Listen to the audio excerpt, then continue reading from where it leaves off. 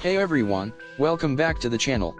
If you're new here, don't forget to hit that subscribe button and turn on the notification bell so you never miss out on our latest content. Today, we're going to be taking a deep dive into the incredible 10.26 dashcam rear-view camera with Wi-Fi, Carplay, Android Auto, 4K DVR, GPS navigation, video recorder, and dual lens.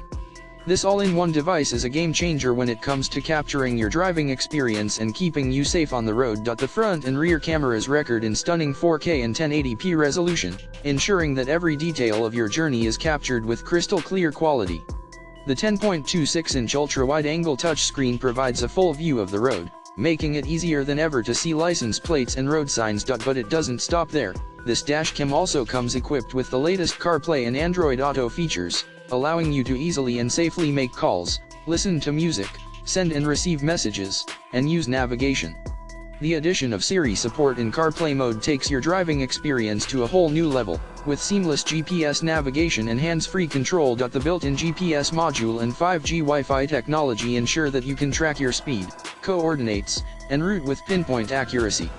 And with the ability to seamlessly connect to your car's audio system, you can enjoy high-fidelity audio output with the touch of a button.